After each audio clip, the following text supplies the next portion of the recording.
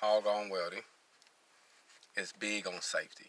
And I'm going to say that because I couldn't do what I'm doing right now if I wasn't practicing safety principles. So I believe in being very safe on a job site.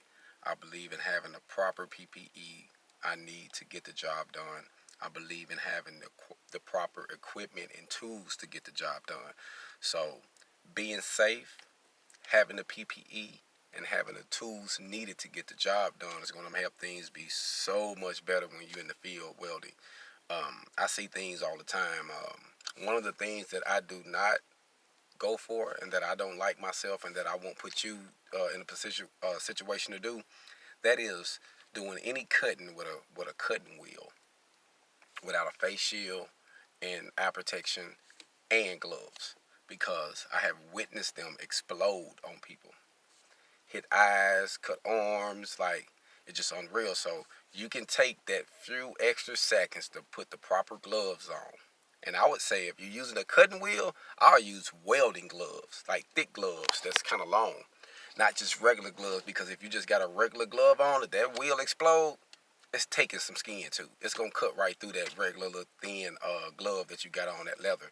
So I would say use welding gloves, and most definitely a face shield or a welding hood. That way you can see when you're cutting, because it will protect you. I am most definitely, that's one of my pet peeves, because I have seen so many people get messed up. And when you're on job sites, you want to make it home. Point blank period. We all want to make it home. So in order to get home and get home safely, we have to practice these certain principles. So I would say keep that in mind. Your safety, how to do the job safe, your PPE, from hard hats to steel toe boots, from high vis clothing, um, to the right pants or whatnot, and also having the right tools needed to do a job. So if you're a fitter, you should at least have a tape measure.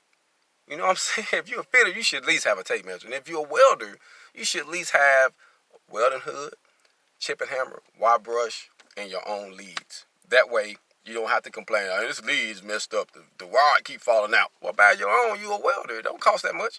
$50, $40 to invest in your personal setup just as a worker, or as a, someone who's trying to learn the game. You don't have to go all out, but you need to have your own equipment, basic equipment.